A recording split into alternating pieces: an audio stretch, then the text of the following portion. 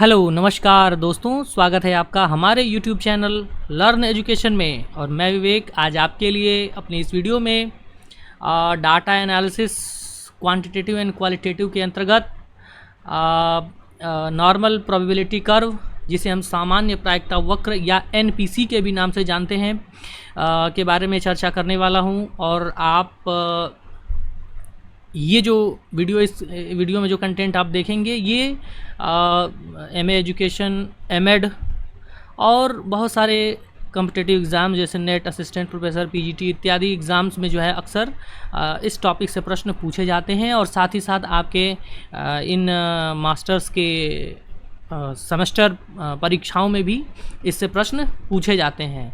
ठीक है, तो आप सभी के लिए बहुत इंपॉर्टेंट वीडियो होने वाली है। और काफ़ी इम्पॉर्टेंट इसलिए भी क्योंकि इसका उपयोग हम डाटा एनालिसिस में, स्टैटिस्टिक्स में बहुत इसका इस्तेमाल किया जाता है।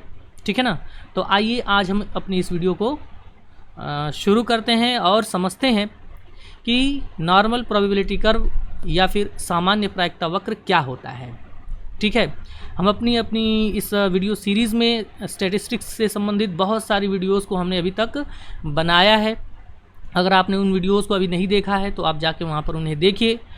आपको एक बहुत ही अच्छी जानकारी स्टैटिस्टिक्स के संबंध में और उससे संबंधित कैलकुलेशंस के संबंध में आपको मिलेगी। ठीक है, और आपसे मैं ये रिक्वेस्ट करना चाहूँगा कि अगर आप हमारे चैनल पे नए हैं तो हमारा चैनल सब्सक्राइब कर सकते हैं। ये वीडियो अच्छी लगी तो लाइक भी कर सकते हैं, शेयर कर सकते हैं, जिससे कि आपका सपोर्ट जो है हमें मिले और हम और भी ऐसे ही आपके लिए नई नई वीडियोस ला सकें। तो आइए जल्दी से शुरू करते हैं अपनी इस वीडियो को और समझते हैं कि क्या होता है नॉर्मल प्रोबेबिलिटी कर्व या सामान्य प्रायिकता वक्र। ठीक है, सामान्य प्रायिकता वक्र की बात करें दोस्तों, तो हमने अपनी पिछली वीडियोस में जब हमने प्रदत्तों का या आंकड़ों का रेखा चित्रीय प्रदर्शन पढ़ा था कि कैसे हम दिए गए आंकड़ों को, जो कि सारणी के रूप में दिए होते हैं, उनको किस तरीके से चित्रों के रूप में व्यक्त कर सकते हैं। तो उसमें कई चित्रों का हमने जिक्र वहाँ पर किया था और उसको हमने समझा था। जैसे दंड आरेख हो गया, है ना, और हिस्टोग्राम हमारा हो गया।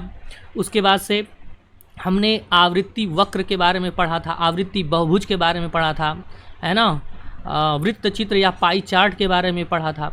ठीक है, तो बहुत सारे हमने चित्रों के बारे में वहाँ पर पढ़ा था, जिसमें से एक चित्र था जिसका नाम आवृत्ति वक्र था।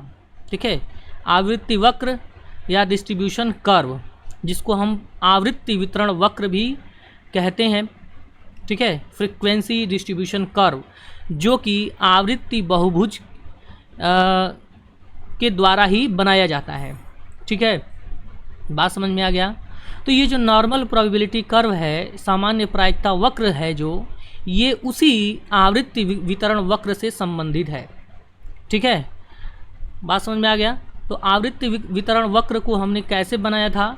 दिए गए सारणीबद्ध समंकों द्वारा हमने आवृत्ति वितरण वक्र का निर्माण किया था। और हमने ये समझा था कि किस तरह से उस आवृत्ति वितरण वक्र से केंद्रीय प्रवृत्ति के मान, विचलनशीलता, है ना, केंद्रीय प्रवृत्ति के मानों के अंतर्गत हमने माध्य, माध्यिका, बहुलक, विचलनशीलता इत्यादि को हम कैसे ज्ञात कर सकते हैं, कैसे उसकी गणना कर सकते हैं, और साथ ही साथ इनका उपयोग भी हमने समझा था। तो आवृत्ति वितरण वक्र को जब हम दिए गए आंकड़ों की सहायता से जब निर्माण करते हैं, बनाते हैं, तो उसे हम अवलोकित वक्र या अंग्रेजी में इसको ऑब्जर्व्ड कर्व कहा जाएगा, या रियल कर्व या वास्तविक वक्र कहा जाता है। बात समझ में आ गया। ठीक है, तो वहाँ पर हमारे समूह में कुछ लोग थे, कुछ लोगों के समूह में जो कुछ लोगों के समूह का प्राप्तांक वहाँ पर था 50 या 100 लोगों का प्राप्तांक था।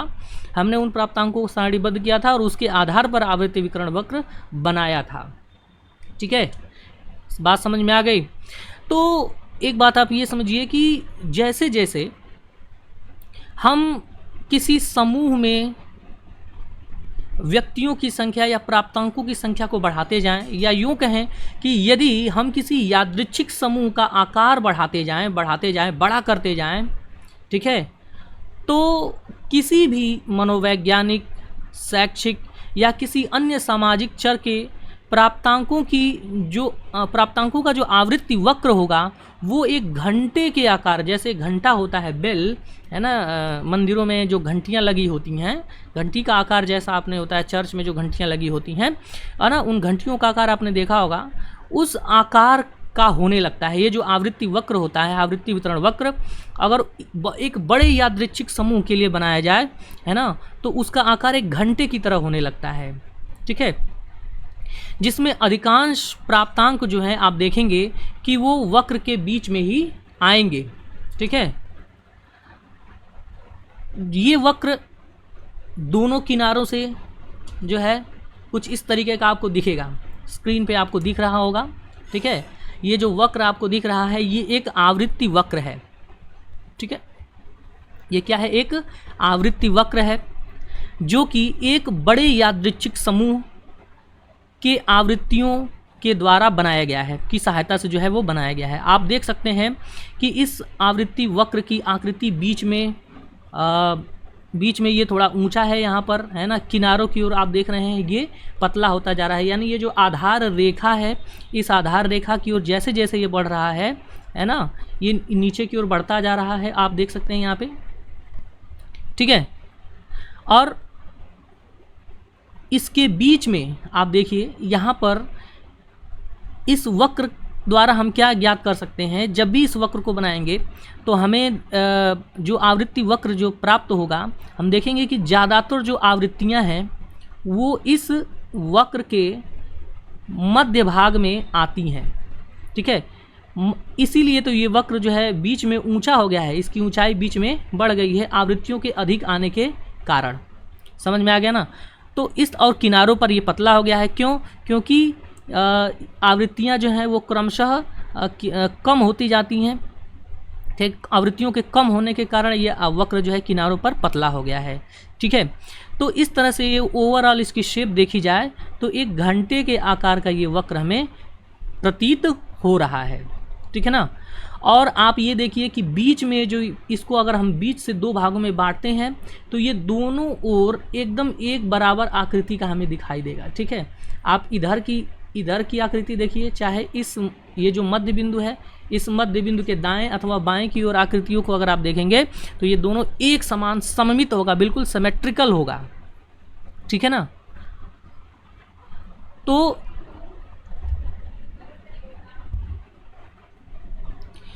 ठीक है, तो ये मध्य बिंदु के दोनों ही सिरों पर अगर आप देखेंगे तो ये एक सममित आकृति या सिमेट्रिकल जो है शेप यहाँ पर आपको देखने को मिल रही है, जिसकी ये जो वक्रता है, अर्थात जो इसका टेढ़ापन है वो एक औसत टेढ़ापन, ये औसत वक्रता वाला एक वक्र आपको देखने को मिलेगा। तो इस औसत वक्रता वाले वक्र को हम सामान्य प्रायिकता वक्र कहते हैं, ठीक है। यानी हम यहाँ पर हमने ये समझा कि सामान्य प्रायिकता वक्र जो होता है वो एक आवृत्ति वितरण वक्र होता है, ठीक है, जिसको किसी बड़े यादृच्छिक समूह के आवृत्तियों के आधार पर बनाया जाता है, ठीक है। और जब एक बड़े समूह किसी बड़े यादृच्छिक समूह से अगर हम एक आवृत्ति वक्र बनाते हैं तो वो लगभग इस आकृति का जो आपकी स्क्रीन पर दिखाई देगा ऐसा मिलेगा। और आप देखेंगे कि किसी भी मनोवैज्ञानिक चर, किसी व्यक्ति की बुद्धि, व्यक्तित्व, अभिवृत्ति, है ना, या फिर कोई शैक्षिक उपलब्धि की बात की जाए, ठीक है, या फिर किसी अन्य सामाजिक चर जो समाजशास्त्र इत्यादि से संबंधित हो, किसी भी ऐसे चर के संबंध में जब आप आवृत्ति वक्र बनाते हैं तो वह निश्चित ही इस सामान्य प्रायिकता वक्र या इस घंटे की आकृति के समान बनेगा, ठीक है। एक चीज़ यहाँ पर आपको ध्यान रखनी है कि समूह का आकार जब बढ़ता जाता है, समूह जब बहुत बड़ा होगा, है ना, तब इस तरह की आकृति हमें देखने को मिलेगी। तो अब सवाल ये उठता है कि समूह कितना बड़ा होगा।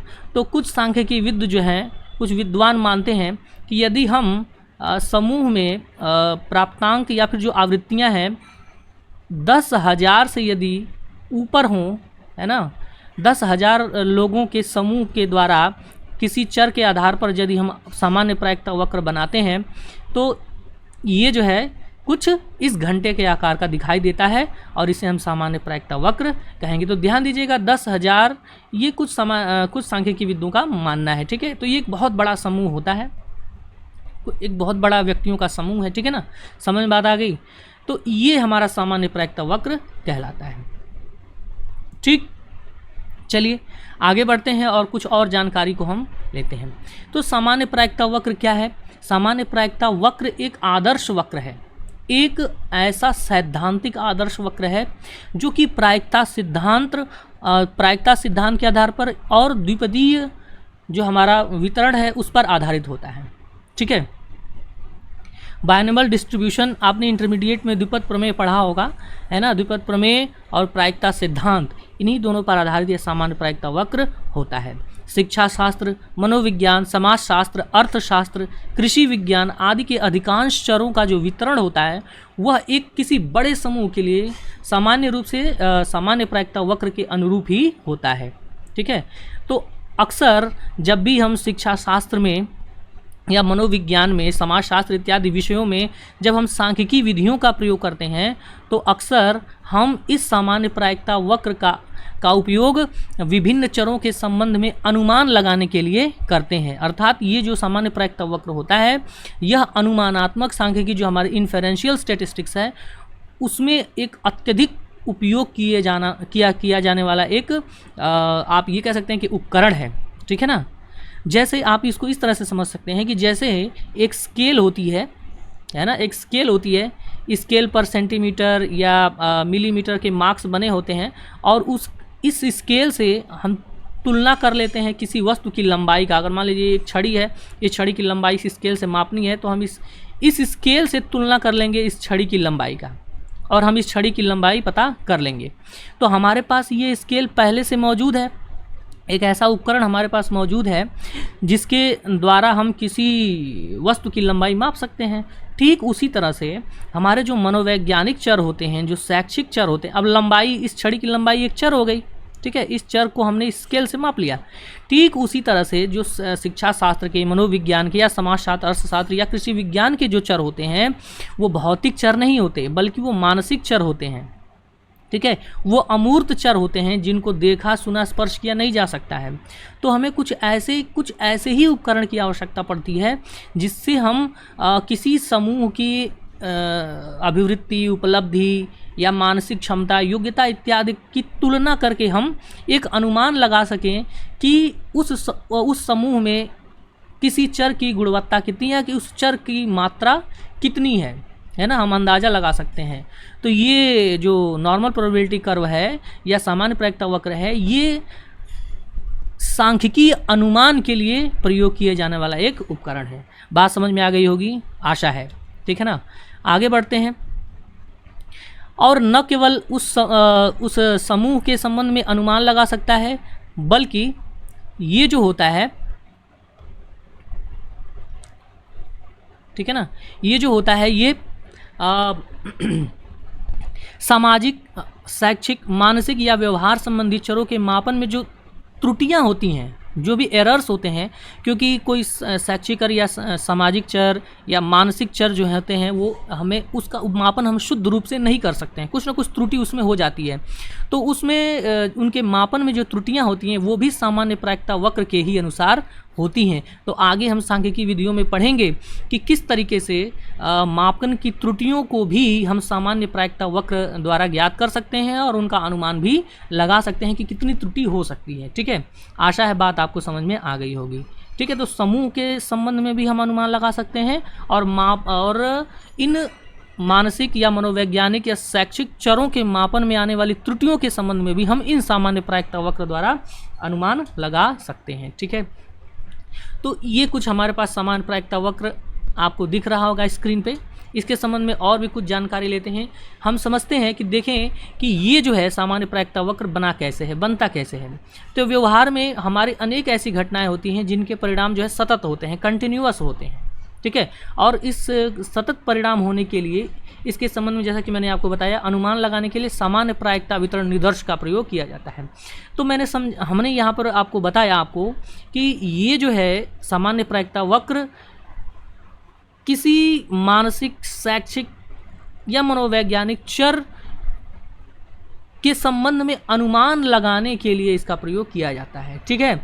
तो इसको हम एक मॉडल के रूप में, एक निदर्श के रूप में या प्रायिकता वितरण निदर्श के रूप में इसको हम मानते हैं। एक मॉडल बना लिया हमने ये, और इस मॉडल के आधार पर ही हम विभिन्न चरों का, विभिन्न मानसिक या शैक्षिक चरों का अनुमान लगाते हैं, ठीक है।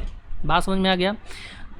अब ये बना कैसे है, तो आइए इसको भी हम देख लेते हैं कि जब हमने ये समझा कि सामान्य प्रायिकता वक्र जो होता है वो द्विपद वितरण के आधार पर बनता है। तो द्विपद वितरण को आपने इंटरमीडिएट में पढ़ा होगा, थोड़ी सी चर्चा हम यहाँ पर कर लेते हैं कि द्विपद वितरण में P और Q का मान एक समान, अर्थात यदि 0.5 हो और उसमें घातांक n अनंत की ओर अग्रसर होने लगे तो गणितीय दृष्टि से इससे प्राप्त मानों से रेखा चित्र के रूप में एक द्विपदीय वक्र प्राप्त किया जा सकता है, बायनोमियल कर्व प्राप्त किया जा सकता है। कब? यदि P और Q का मान निश्चित हो जाए, कितना हो जाए 0.5, और उसका जो घातांक है n वह अनंत की ओर अग्रसर हो, तो ऐसी स्थिति में एक बायनोमियल कर्व या द्विपद वक्र प्राप्त किया जा सकता है, जिसे हम सामान्य प्रायिकता वक्र कहेंगे। तो यहाँ पर आपकी स्क्रीन पे ये जो इक्वेशन है आपको दिख रही होगी, इसमें P और Q का मान 0.5 और n को हमें क्या करना है, हमें अनंत की ओर अग्रसर करना है, ठीक।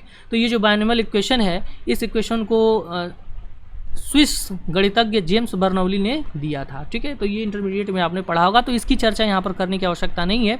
हमने थोड़ी सी चीज़ आपको यहाँ पर बता दी कि कैसे बना है, ठीक।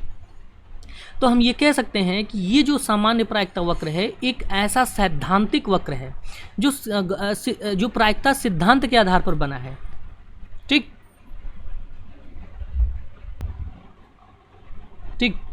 तो सामान्य प्रायिकता वक्र प्रायिकता सिद्धांत के आधार पर बना है, इसलिए ये एक सैद्धांतिक वक्र है।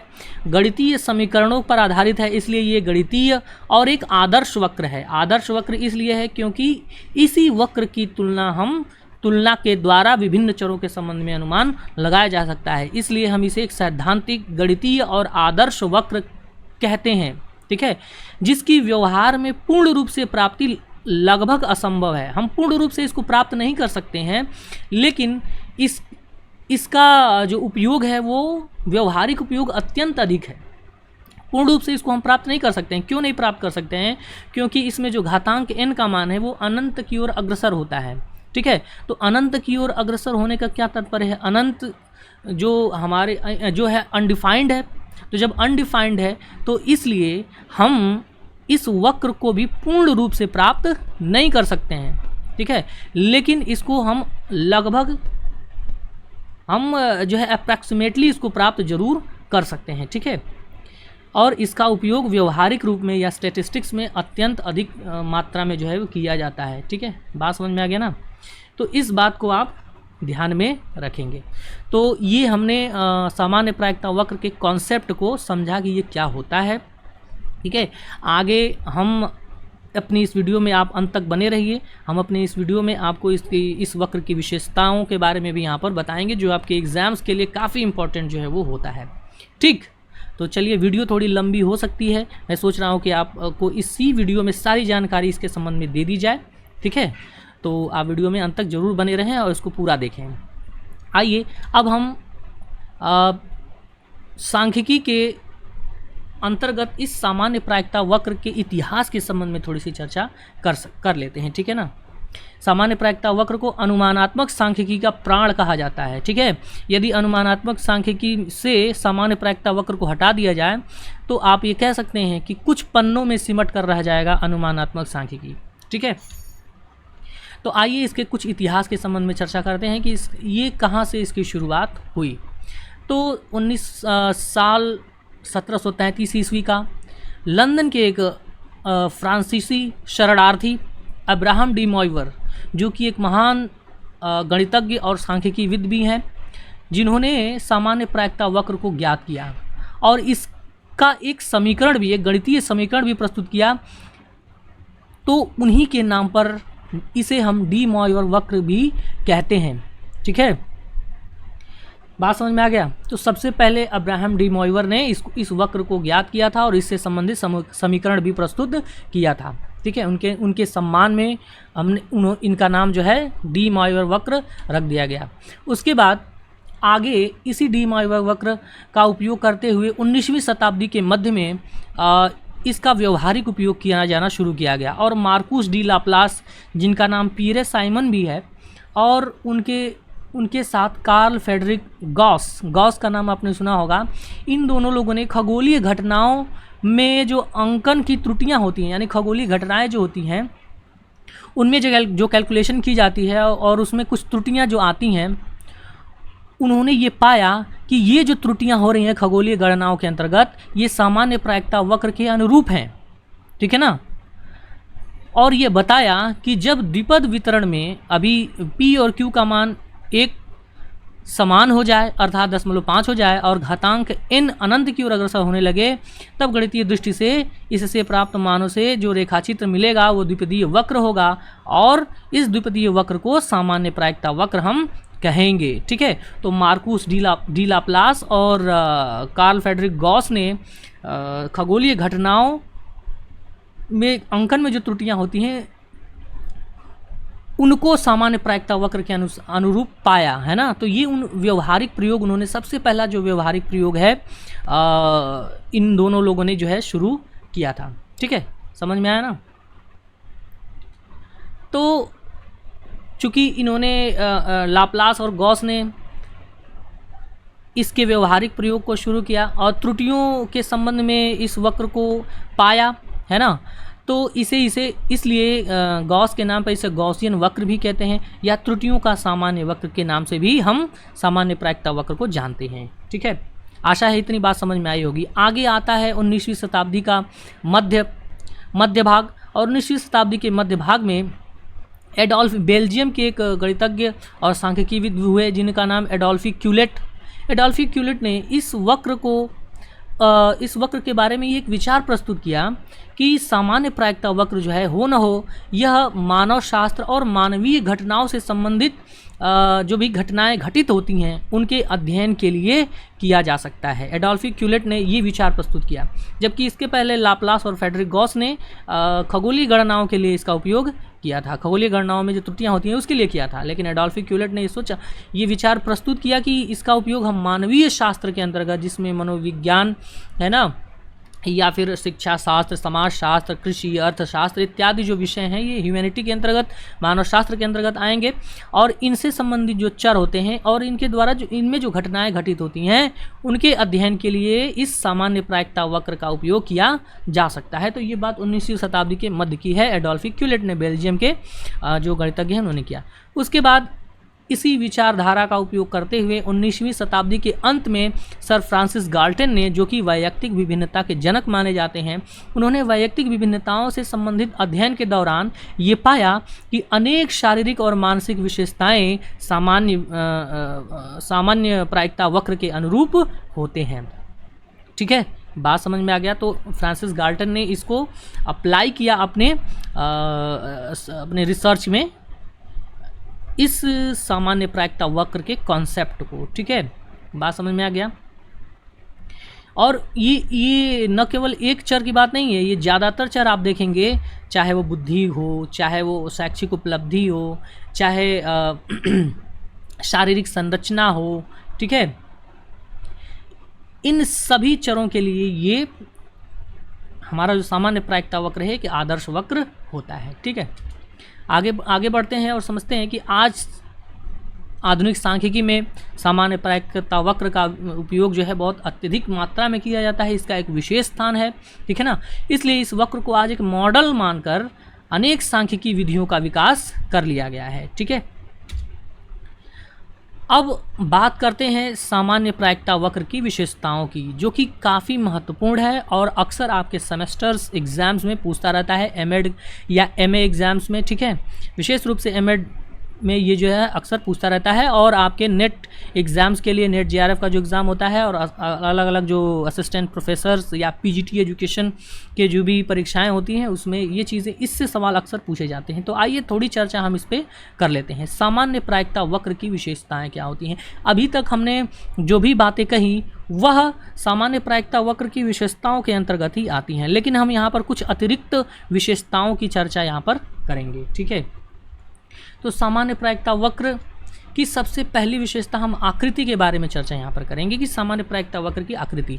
तो मैंने आपको बताया कि सामान्य प्रायिकता वक्र शुरू में हमने चर्चा की कि इसकी आकृति जो है घंटे के समान होती है, बेल शेप्ड होती है। ठीक है ना, घंटे की आकृति की।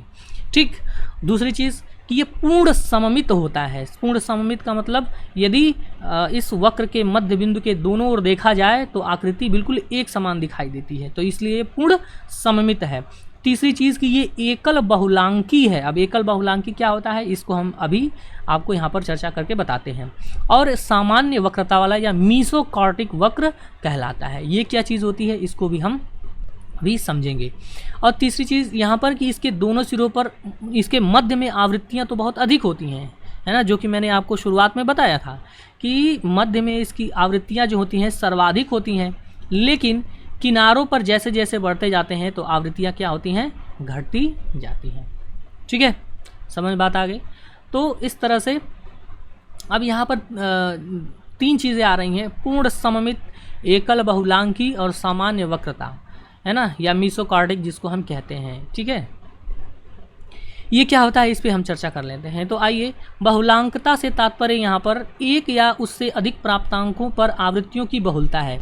अर्थात किसी समूह में यदि एक से अधिक आवृत्तियों की संख्या है जो कि अधिक है, ठीक है ना, एक से अधिक ऐसी आवृत्तियाँ हैं जिन जो कई बार आई हुई हैं, तो वो उसकी बहुलांकता कहलाएगी। वक्रता से क्या तात्पर्य है ना, वक्रता से तात्पर्य यहाँ पर प्रायिकता वक्र के नुकीलेपन से है। यहाँ पे जो ये नुकीलापन आपको बीच में दिख रहा है इससे है वक्रता। विषमता का तात्पर्य कि ये जो वक्र दोनों ओर की आकृति यानी कि मध्य से दाईं ओर और बाईं ओर की जो आकृति है इसकी सममितता से है। ठीक है, यदि सममित है तो हम कहेंगे बराबर है, अगर सममित नहीं है तो वो क्या कहलाएगा, विषम कहलाएगा, जिसे हम अंग्रेजी में स्क्यूनेस भी कहते हैं। वक्रता को कर्टोसिस कहा जाता है। ठीक है, बहुलांकता को मोडालिटी कहा जाता है। आइए हम इस बहुलांकता, वक्रता और विषमता को थोड़ा विस्तार से समझें। ठीक है, क्योंकि सामान्य प्रायिकता वक्र एक आवृत्ति वितरण वक्र है, तो ये चीज़ आवृत्ति वितरण वक्र से भी संबंधित होगी। ठीक है, तो इसको हम यहीं पर थोड़ा समझ लेते हैं ताकि आपको चीज़ें क्लियर हो जाए। ठीक है, तो ध्यान दीजिएगा, यहाँ पर आप देख रहे हैं स्क्रीन पर कि अल्प वक्रीय। ठीक है, वक्रता यहाँ पर क्या होती है, वक्रता का मतलब ये जो यहाँ पर इसके नुकीलापन आप जो देख रहे हैं वक्र का, ये ठीक है, इसका नुकीलापन जो आप देख रहे हैं यही इसकी वक्रता या कुकुदता या अंग्रेजी में कर्टोसिस कहते हैं। ठीक है, तो यदि ये जो कर्टोसिस या वक्रता या कुकुदता है ना, उसका मान, इसे हम KU से प्रदर्शित करते हैं। यदि इसका मान 0.263 से जो है अधिक है ना, ग्रेटर देन 0.263, तो इसे हम अल्प वक्रीय कहेंगे या प्लेटिकार्टिक कर्व कहा जाएगा। क्या कहा जाएगा, प्लेटिकार्टिक कर्व। ठीक है, देखिए इसकी वक्रता कम है, ऊंचाई कम है, लेकिन यदि किसी आवृत्ति वितरण वक्र की कुकुदता या कर्टोसिस 0.263 से कम है तो ये महावक्रीय कहा जाएगा, जिसे हम अंग्रेजी में लैप्टोकार्टिक वक्र भी कहते हैं। आप देख सकते हैं ये बहुत अधिक नुकीला है। ठीक है ना, तो हमारा जो सामान्य प्रायिकता वक्र होता है न तो अल्प वक्रीय होता है और न तो महावक्रीय होता है। ठीक है, न तो प्लेटिकार्टिक होता है न तो लैप्टोकार्टिक होता है, बल्कि ये इन दोनों के बीच का एक औसत वक्र है। ठीक है, दोनों के बीच का, ठीक है, एक औसत वक्र है कुछ इस तरीके का। ठीक है ना, ये एक सामान्य या औसत वक्रीय होता है जिसकी कुकुदता जो है, जिसका जो कर्टोसिस है वो ठीक 0.263 के बराबर होता है।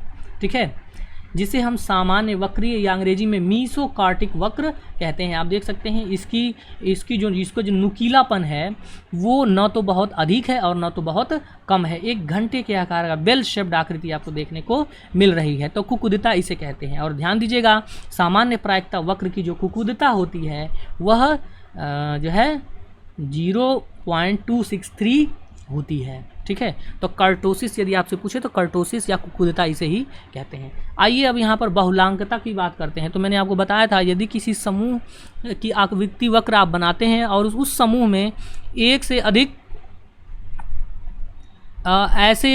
ऐसे प्राप्तांक हैं जो कि अधिक बार आए हुए हैं। ठीक है, यानी कि किसी समूह में बहुलक एक से अधिक हों, वही उसकी बहुलांकता कहलाई। लेकिन यदि किसी समूह में कोई एक ही बहुलक हो तो वह एकल बहुलांकी कहलाएगा। ठीक है, और जो हमारा सामान्य प्रायिकता वक्र है वह एकल बहुलांकी होता है, जैसा कि मैंने आपको शुरुआत में बताया था। तो ये जो हमारा एनपीसी है वो क्या है, एकल बहुलांकी होता है, यूनी मॉडल कर्व होता है। तो क्या इसके अलावा भी हो सकते हैं? बिल्कुल। देखिए, यदि किसी समूह में दो बहुलक हों, ठीक है, दो बहुलक हों तो उसकी आकृति कुछ इस तरीके से आपको देखने को मिलेगी। ठीक है, उसमें दो ऊंचाइयां आपको देखने को मिलेंगी, एक यहाँ पर और एक यहाँ पर। तो ये द्विबहुलांकी या बाई मॉडल कर्व कहलाएगा। ठीक है, तो ये हमारा एनपीसी नहीं है। ठीक है, ये एनपीसी नहीं है। अब यदि इससे अधिक बहुलक हों किसी समूह में, है ना, तो उसको हम बहुबहुलांकी या मल्टी मॉडल कर्व कहेंगे।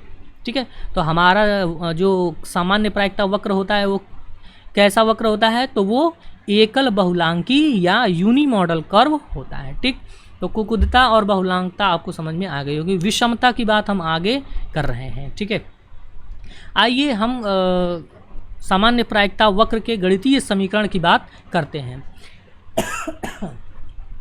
तो सामान्य प्रायिकता वक्र का गणितीय समीकरण कुछ इस तरीके से होता है। जो हमारा सामान्य प्रायिकता वक्र है उसका गणितीय समीकरण y=n/σ√2 पाई e⁻⁻x² सिग्मा स्क्वायर। ठीक है, तो यहाँ पर आप सामान्य प्रायिकता वक्र का गणितीय समीकरण यहाँ पर देख सकते हैं। ठीक है, इसमें y क्या है? x बिंदु पर स्थित कोटि की ऊंचाई है, अर्थात किसी एक बिंदु पर जो है कोटि की ऊंचाई यहाँ पर x का मान है, मध्यम और यहाँ y का मान है, सॉरी, और x क्या है? मध्यमान से प्राप्तांक की दूरी x - m, सिग्मा क्या है? प्राप्तांकों का मान है, विचलन पाई और e दोनों स्थिरांक है, दोनों का मान जो है, पाई का मान आप जानते हैं 3.1416 और e यहाँ पर जो है वो क्या है? 2.71828। ठीक है, तो ये गणितीय समीकरण हो गया। उसके बाद बात करते हैं एक अगली विशेषता की, केंद्रीय मानों में समानता। तो आप ध्यान दीजिए एक विशेष चीज़ यहाँ पर कि सामान्य प्रायिकता वक्र चूँकि जो है पूर्ण सममित वक्र होता है, जिसमें मध्य में जो प्राप्तांक होते हैं वो सबसे उच्च प्राप्तांक आपको देखने को मिलेंगे बीच में। लेकिन इसकी विशेषता क्या है? इसकी एक विशेषता यहाँ पर यह है कि जो केंद्रीय प्रवृत्ति के मान होते हैं, मध्यमान, मध्यांक और बहुलांक, ये सामान्य प्रायिकता वक्र के मध्य में तीनों ही क्या होते हैं? बिल्कुल बराबर होते हैं। अर्थात ये जो मध्य बिंदु आपको देखने को मिलेगा, इस मध्य बिंदु में जो सामान्य प्रायिकता वक्र के ठीक मध्य बिंदु में जो मध्यमान, मध्यांक और बहुलांक होते हैं वो तीनों क्या होंगे? बिल्कुल एक समान होंगे। ठीक है, इस बात का आप ध्यान रखेंगे। ठीक है, ये चीज़ है, तो ये इसकी बड़ी विशेषता है। ठीक, बात समझ में आ गया? अब आगे बढ़ते हैं और समझते हैं इसकी एक अगली विशेषता को। अब हम समझते हैं विषमता। ठीक है, एक चीज़, पहली विषय जो आकृति में हमने विषमता की बात की थी उसको हम यहाँ पर देख रहे हैं। विषमता क्या है? हमने बताया कि मध्य बिंदु से, ठीक है, मध्य बिंदु से दाहिनी और बाईं ओर वक्र की जो समानता है यदि अलग अलग है तो यह एक विषम वक्र कहलाएगा। ठीक है, विषमता से अभिप्राय आवृत्ति वक्र के मध्य बिंदु से दोनों ओर की आवृत्तियों के वितरण से है। अगर दोनों ओर आवृत्तियों के वितरण समान है तब तो वो एक सममित वक्र बनेगा। यदि मध्य बिंदु से दोनों ओर आवृत्तियों का वितरण एक समान नहीं है तो वो एक विषम वक्र बनेगा। अब इस विषम वक्र को हम कैसे मापेंगे, कैसे जानेंगे? तो इसके लिए हम विषमता गुणांक का उपयोग करते हैं। समझ में आया? जिसको हम स्क्यूनेस कहा जाएगा ना। विषमता को हम स्क्यूनेस और विषमता गुणांक को कोफिशिएंट ऑफ स्क्यूनेस कहते हैं। और इसके लिए यहाँ पर स्क्रीन पे आपको एक फार्मूला भी दिख रहा होगा। स्क्यूनेस ज्ञात करने के, विषमता को ज्ञात करने के कई सूत्र होते हैं, जिसमें से एक फार्मूले को हमने यहाँ पर आपको दिखाया है। 3 ब्रैकेट में माइनस m माइनस, है ना, मध्यमान माइनस मध्यांक अपॉन सिग्मा, जो कि मानक विचलन। सिग्मा यहाँ पर मानक विचलन है। ठीक है, बात समझ में आ गया। तो देखिए आपकी स्क्रीन पे यहाँ पर एक वक्र आपको दिखने को मिल रहा होगा। इसमें इसकी जो ढलान है वो बराबर नहीं है, बल्कि जो हमारा 0 पॉइंट है उस 0 पॉइंट की ओर झुका हुआ है। ठीक है, देखिए ना, जो मिडिल में 0 पॉइंट होता है उसकी ओर झुका हुआ है। इसका मतलब क्या है कि ये एक धनात्मक वक्र इसको कहेंगे। यदि इधर की ओर झुका होगा तो इसको हम बोलेंगे धनात्मक वक्र। ठीक है, दाहिनी, यदि बाईं ओर झुका हुआ है तो धनात्मक वक्र। यदि वक्र का झुकाव जो है वो दाहिनी ओर है तो ये एक ऋणात्मक विषम वक्र या नेगेटिवली स्क्यूड कर्व कहलाएगा। लेकिन हमारा जो सामान्य प्रायिकता वक्र होता है वो दोनों ओर कैसा होता है, एक समान होता है, न दाईं ओर झुका रहता है न बाईं ओर झुका रहता है, पूर्ण रूप से सममित होता है ना, जिसे हम सिमेट्रिकल कर्व भी कहते हैं। तो हमारा सामान्य प्रायिकता वक्र का जो स्क्यूनेस होगा वो क्या होगा, स्क्यूनेस हमेशा क्या जाएगा, स्क्यूनेस हमेशा आएगा 0। यानी आपसे पूछा जाए कि सामान्य प्रायिकता वक्र का जो विषमता गुणांक होता है वो कितना होता है, तो 0 होता है। विषमता कितनी होती है, तो वो भी 0 होती है। ठीक है, बात समझ में आ गया। तो ये चीज़ आपको स्क्रीन पे दिख रही होगी। आइए हम अगली इसकी विशेषता की बात करें। अब आएंगे वक्रता गुणांक। तो वक्रता गुणांक की चर्चा हमने अभी पहले यहाँ पर की है कि जो हमारा सामान्य प्रायिकता वक्र का जो वक्रता गुणांक होता है वो कितना होता है, वह होता है 0.263। क्यों, क्योंकि ये एक औसत ऊंचाई वाला वक्र होता है, न ये बहुत चपटा है न तो बहुत नुकीला है। ठीक है ना, वक्रता क्या है, सामान्य प्रायिकता वक्र के नुकीलेपन से यहाँ पर अर्थ लिया गया है। तो ना ये बहुत नुकीला होता है न तो बहुत चपटा होता है, कि औसत ऊंचाई का वक्र है, इसलिए इसकी और वक्रता गुणांक का मान कितना हो जाएगा, तो 0.263। ठीक है, आइए हम एक और इसकी विशेषता समझते हैं, अनंत स्पर्शी। ये एक बड़ी विशेषता है। ठीक है, एक बड़ी विशेषता ये क्या है कि जो सामान्य प्रायिकता वक्र के दोनों छोर होते हैं, ये दोनों छोर हमारी ये जो आधार रेखा है, यहाँ पर जो आधार रेखा है इसकी ओर बढ़ते तो हैं, ठीक है, लेकिन कभी ये आधार रेखा को स्पर्श नहीं कर सकते। क्योंकि ये अनंत की ओर अग्रसर होते जाते हैं। ये आधार रेखा की ओर बढ़ते जाएंगे लेकिन कभी इसको स्पर्श नहीं कर सकते। ये इसकी एक बड़ी विशेषता यहाँ पर होती है। ठीक है, तो हम ये कह सकते हैं कि सामान्य प्रायिकता वक्र आधार रेखा को अनंत पर स्पर्श करते हैं, अर्थात कभी स्पर्श ही नहीं करते। ठीक है, बात समझ में आ गया। तो ये रहा इसकी अनंत स्पर्शी होने की विशेषता। ठीक है, आइए आगे बढ़ते हैं और एक अगली विशेषता को देखते हैं, वक्रता दिशा परिवर्तन बिंदु। अर्थात आप हम यहाँ पर इसकी विशेषता को हम देखें तो आप देखिए इसका जो वितरण है, इसके मध्य जो बिंदु है वो 0 0 है। अगर आप दाहिनी ओर जाते हैं तो ये इस पर आपको +1 सिग्मा +2 सिग्मा +3 सिग्मा, ये सिग्मा क्या है इसको हम आगे बढ़ेंगे तो आपको हम समझाएंगे कि ये सिग्मा यहाँ पर क्यों लिखा जा रहा है। सिग्मा अभी यहाँ पर थोड़ा सा जान लीजिए कि सिग्मा जो है ये जेड प्राप्तांकों को यहाँ पर प्रदर्शित कर रहा है, या फिर आप यहाँ पर मानक विचलन से कह सकते हैं, 1 मानक विचलन, 2 मानक और 3 मानक विचलन। ठीक है, तो सिग्मा यहाँ पर जेड प्राप्तांकों को यहाँ पर प्रदर्शित कर रहा है। ठीक है, क्योंकि ये जो वक्र होता है वह जेड किसी प्राप्तांक को यदि जेड प्राप्तांक के रूप में बदल दिया जाए, जेड प्राप्तांक क्या है, एक मानक प्राप्तांक है। ठीक है ना, तो किसी मूल प्राप्तांक को जेड प्राप्तांक में बदल दिया जाए तो वो इस सामान्य प्रायिकता वक्र के अनुरूप हो जाता है। इसकी चर्चा हम आगे करेंगे। ठीक है, तो वक्रता दिशा परिवर्तन बिंदु पर हम चर्चा कर रहे थे, ये क्या होता है। तो ध्यान दीजिएगा, आप -1 सिग्मा से लेकर +1 सिग्मा के बीच जरा आप देखिए। ठीक है, इसकी ओर अगर यदि आप देखेंगे इसकी ऊंचाई यहाँ से यहाँ तक बढ़ रही है। आप देखिए इसकी ऊंचाई यहाँ से यहाँ तक क्या हो रही है, बढ़ रही है।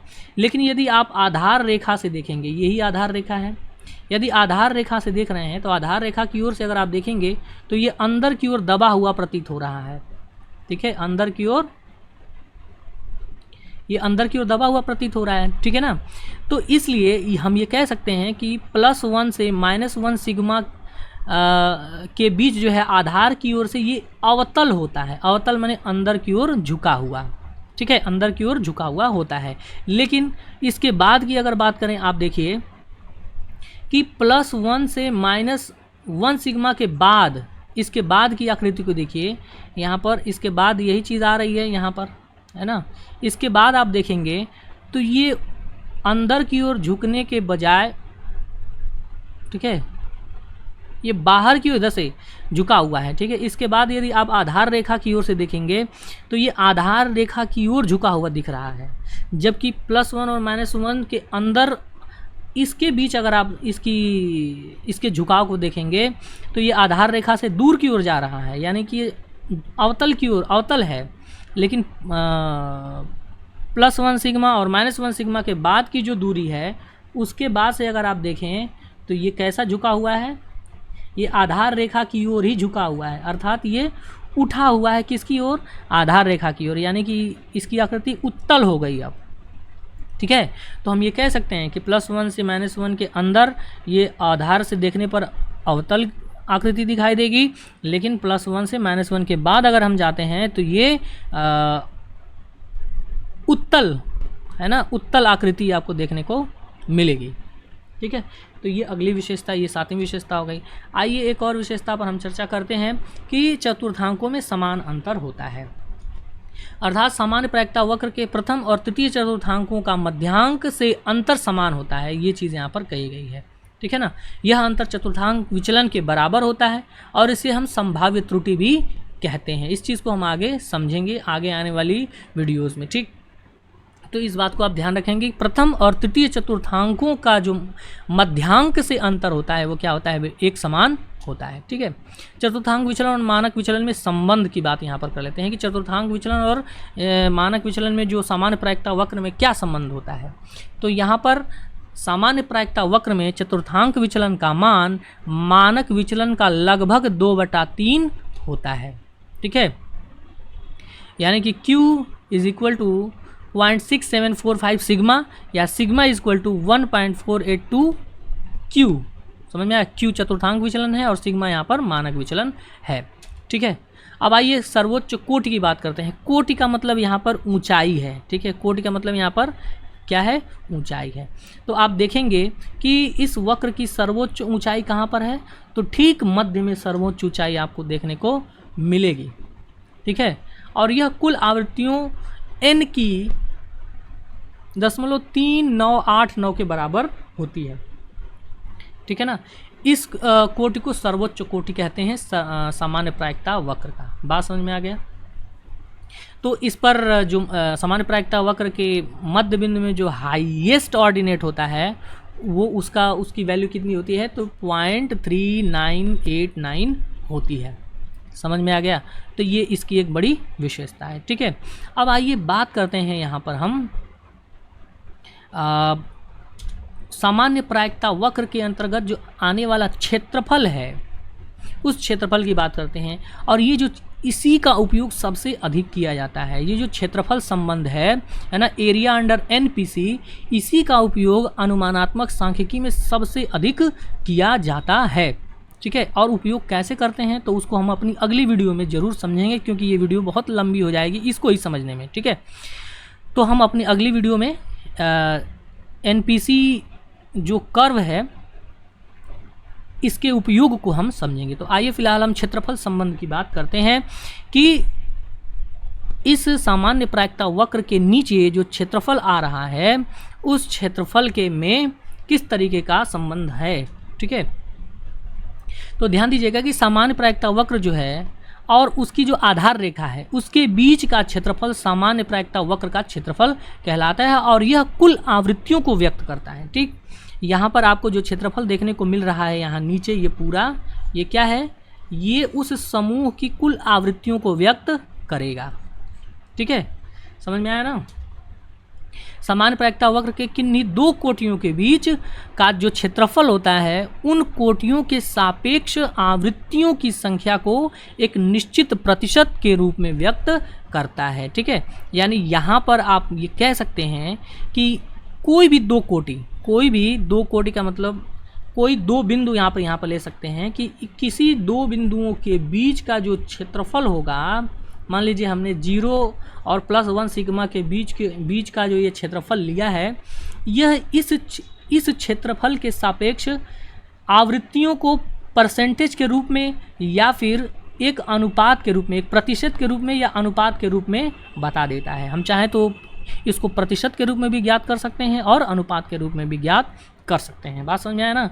यानी कि किसी भी दो बिंदु के बीच हम यदि आवृत्ति वक्र के नीचे का जो क्षेत्रफल है अगर वो ज्ञात कर लेते हैं तो हम आवृत्तियों की संख्या ज्ञात कर सकते हैं, उसका परसेंटेज भी ज्ञात कर सकते हैं और उसका अनुपात भी ज्ञात कर सकते हैं कि उस क्षेत्रफल में कितनी आवृत्तियां शामिल हो रही हैं। ठीक है, ये चीज़ आपको आगे जब अनुप्रयोग हम समझेंगे तो आपको और अच्छे से समझ में आएगा। ठीक है, आगे बढ़ते हैं। एक चीज़ और समझ लेते हैं कि ये जो हमारा समान प्रायिकता वक्र है, इसके ठीक मध्य बिंदु के दोनों ओर, ठीक है, मध्य बिंदु के कहाँ दोनों ओर 50-50% आवृत्तियाँ जो हैं वो वितरित होती हैं। यानी कि कुल आवृत्तियों का 50% दाईं ओर और कुल आवृत्तियों का 50% बाईं ओर होता है और टोटल कितना हो जाएगा? 100% हो जाएगा। ठीक है, इसलिए हम ये कह सकते हैं यहाँ पर कि मध्य बिंदु से यानी कि 0 पॉइंट से +-1 सिग्मा यानी +1 सिग्मा से -1 सिग्मा के बीच का जो क्षेत्रफल है यहाँ पर, ठीक है, उसके बीच का क्षेत्रफल कौन सा है? तो +1 सिग्मा से -1 सिग्मा के बीच का क्षेत्रफल ये है। ठीक है, ये है। और इसके बीच कुल कितने परसेंट आवृत्तियाँ आती हैं? तो 68.26% आवृत्तियाँ यहाँ पर आती हैं। 68.26% आवृत्तियाँ जो हैं +1 सिग्मा से -1 सिग्मा के बीच आती हैं। ठीक है, बात समझ में आ गया? ठीक है ना, जो कि आपको स्क्रीन पे दिख रहा है। अब आगे भी तो कुछ क्षेत्रफल बच रहा है ना। आगे क्या है तो ध्यान दीजिएगा, यदि यही क्षेत्रफल हम +2 सिग्मा से लेकर -2 सिग्मा के बीच कर दें तो उस समय इसमें जो है 95.44% आवृत्ति आ जाएंगी। यानी कि 95.44 फ्रिक्वेंसी या आवृत्तियाँ जो हैं वह +2 सिग्मा से -2 सिग्मा के बीच आती हैं। तो इसको यदि हम इस पर दिखाएं तो कुछ इतनी आवृत्तियाँ आपको देखने को मिलेंगी यहाँ से यहाँ तक। ठीक है, तो ये जो हमने यहाँ पर लाइनिंग की है, ये इतने क्षेत्रफल जो है, ये इतना क्षेत्रफल जो है 95.44% क्षेत्रफल है और यही क्षेत्रफल 95.44% आवृत्तियों को बताएगा, व्यक्त करेगा। ठीक है, उसके बाद जो क्षेत्रफल बच रहा है यदि देखा जाए तो +3 सिग्मा से लेकर -3 सिग्मा के बीच कुल 99.74% आवृत्तियाँ शामिल हो जाती हैं। ठीक है, अर्थात यहाँ पर आप देख रहे हैं कि +3 सिग्मा से लेकर -3 सिग्मा के बीच अगर आवृत्तियों की मात्रा को देखें तो 99.74% आपको आवृत्तियाँ शामिल हो जाएंगी इस वक्र के नीचे। लेकिन कुछ आवृत्तियाँ अभी भी यहाँ पर बच रही हैं। ठीक है, कुछ आवृत्तियाँ क्यों बच रही हैं? क्योंकि +3 से -3 के बाद ये जो वक्र है आगे बढ़ता तो है लेकिन ये आधार रेखा के नज़दीक पहुंचता है लेकिन कभी स्पर्श नहीं कर पाता। तो जो आवृत्तियां बच रही हैं वो इसी -3 सिग्मा और +3 सिग्मा के बाद आती हैं। तो ये इतनी कम है कि इसको हम अनुमानात्मक सांख्यिकी में निगलेक्ट भी कर सकते हैं, छोड़ सकते हैं। क्योंकि आप देखिए यहाँ पर कितनी आवृत्तियाँ बच रही हैं, 99.74 में से को यदि आप 100 में से माइनस करेंगे तो आपको देखने को मिलेगा यहाँ पर हो जाएगा आपका कितनी % हो जाएगा? 0.26 है ना, 0.26% केवल यहाँ पर आवृत्ति बच रही है। ठीक है, 0.26%, जो कि बहुत कम है। तो इसको हम अनुमानात्मक सांख्यिकी में निगलेक्ट कर देते हैं। हम देख रहे हैं कि ज़्यादातर आवृत्ति +3 सिग्मा से -3 सिग्मा के बीच ही शामिल हो जा रही है। तो इतने के संबंध में हम सही ठीक जो है अनुमान लगा सकते हैं किसी चर के लिए। ठीक, बात समझ में आ गया ना यहाँ पर। तो ये रहा क्षेत्रफल संबंध। इसके संबंध में और भी चीज़ें आप समझ सकते हैं कि मान लीजिए, ठीक है ना, यहाँ पर आपके सामने ये जो एक सामान्य प्रायिकता वक्र दिख रहा है, ठीक है, जिसमें से मिड पॉइंट में आपको 0 ठीक है 0 पॉइंट दिख रहा है। उसके बाद अगर यदि आप दाहिनी ओर जाते हैं तो +1 +2 सिग्मा +3 सिग्मा, यदि बाईं ओर जाते हैं तो -1 सिग्मा -2 सिग्मा -3 सिग्मा दिख रहा है। अभी हमने क्षेत्रफल संबंध की बात की तो हमने देखा कि -1 से लेके और जो +1 के बीच जो आवृत्तियाँ हैं वो 68.26 हैं। यानी कि ये तो दाहिने और बाएं पूरे को लेकर यहाँ पर 68.26 है ना, यानी कि ये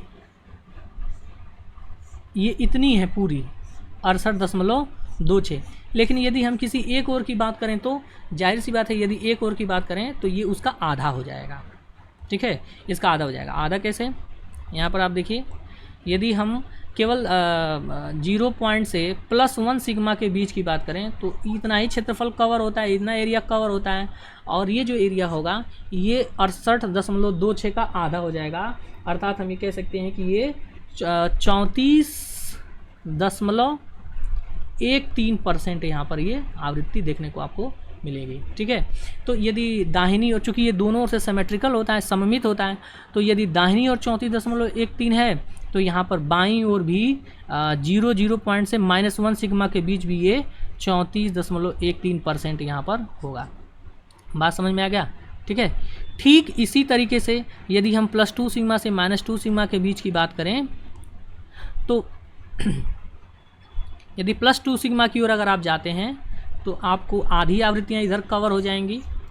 ठीक है, आधी आवृत्तियाँ कवर हो जाएंगी यहाँ पर ये, और ये कितना हो जाएगा तो 95.44 का आधा हो जाएगा कितना, 47.72%। ठीक है, 47.72% हो जाएगा। ठीक है, ध्यान दीजिएगा इसमें हमारा +1 सिग्मा भी शामिल है। ठीक है, इसमें +1 सिग्मा भी क्या है, सम्मिलित है, शामिल है। ठीक है ना, यदि इसको अगर आपको माइनस करना है, केवल यहाँ पर यदि आपको अगर पूछ दे कि +1 सिग्मा से +2 सिग्मा के बीच कितनी आवृत्तियाँ आ रही हैं तो आपको क्या करना पड़ेगा, जाहिर सी बात है कि इसमें 0 पॉइंट से +1 सिग्मा के बीच की जो आवृत्ति है उसको क्या करनी पड़ेगी, घटानी पड़ेगी। ठीक है, तो इस तरीके से आप ज्ञात कर सकते हैं। तो यदि 47.72 +2 सिग्मा तक है तो यदि हम बाईं ओर जाएँ तो -2 सिग्मा तक भी इतना ही आवृत्तियाँ यहाँ पर शामिल हो जाएंगी। कितनी, 47.72।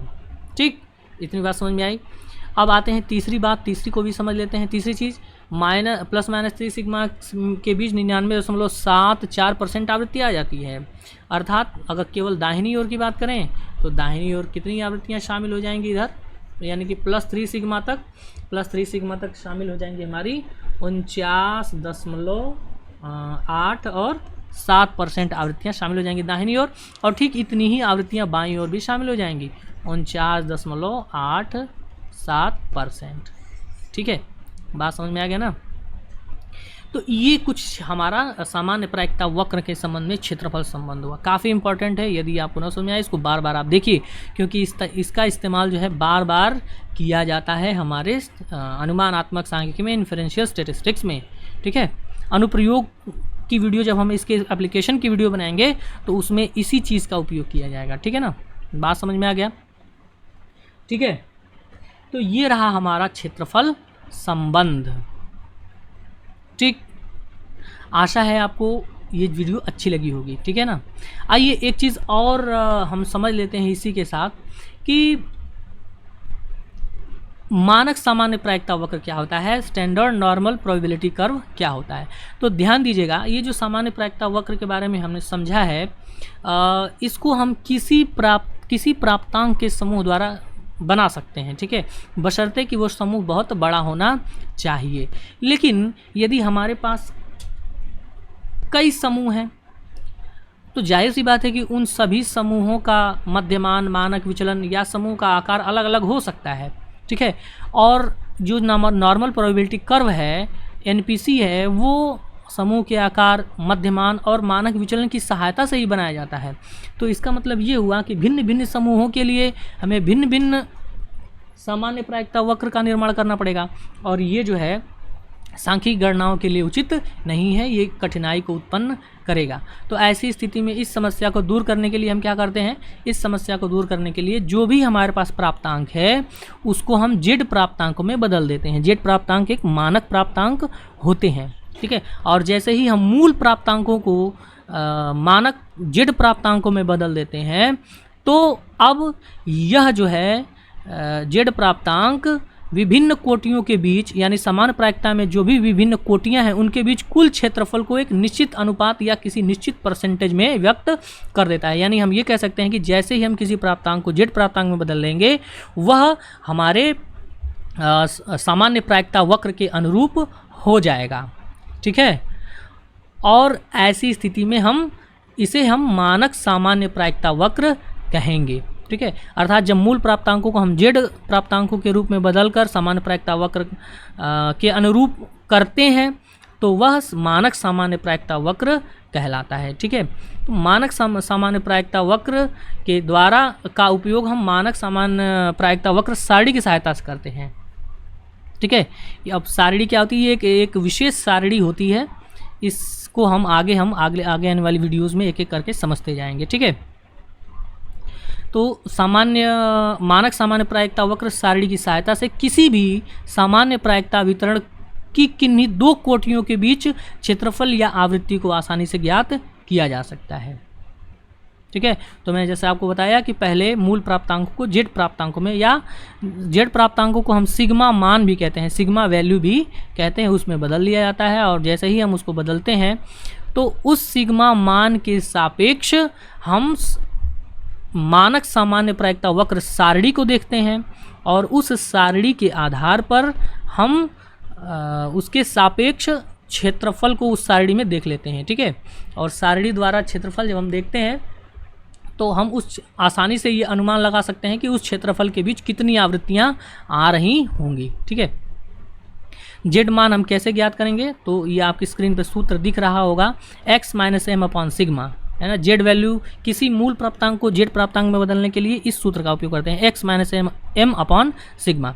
x क्या है, वो मूल प्राप्तांक है जिसे हम जेड मान में बदलना चाहते हैं। m क्या है, पूरे समूह का मध्यमान है। और सिग्मा क्या है, ये जो सिग्मा है वो पूरे समूह का मानक विचलन है। जैसे ही आप इसमें रखकर सॉल्व करते हैं, हमारा जेड मान प्राप्त हो जाता है। और जेड मान को हम सारणी में देख लेते हैं, और उस सारणी के सापेक्ष क्षेत्रफल के द्वारा हम आवृत्तियों की संख्या या मात्रा ज्ञात कर सकते हैं, ठीक है। अब वो सारणी क्या है, इस सारणी को हम अपनी अगली वीडियोस में किसी अलग से एक वीडियो हम बनाएंगे जिसमें आपको उस सारणी को कैसे देखते हैं ये बताएंगे, ठीक है। बात समझ में आ गया। तो आशा है आपको सामान्य प्रायिकता वक्र का पूरा कॉन्सेप्ट समझ में आया होगा, ठीक है ना। अगर समझ में आया तो इस वीडियो को ज़रूर लाइक करें। हमारे चैनल पे अगर आप नए हैं तो सब्सक्राइब ज़रूर करें। आपके सब्सक्राइब से हमारे चैनल की ग्रोथ होगी और हमें आपका सपोर्ट मिलेगा, और हम ऐसे ही दिन प्रतिदिन नई नई वीडियोस आपकी कंपटीशन से संबंधित, आपके सेमेस्टर से संबंधित ऐसे ही वीडियोस जो है हम लाते रहेंगे, ठीक है। तो वीडियो में अंत तक बने रहने के लिए आपका बहुत बहुत धन्यवाद। नमस्कार, शुभ दिन।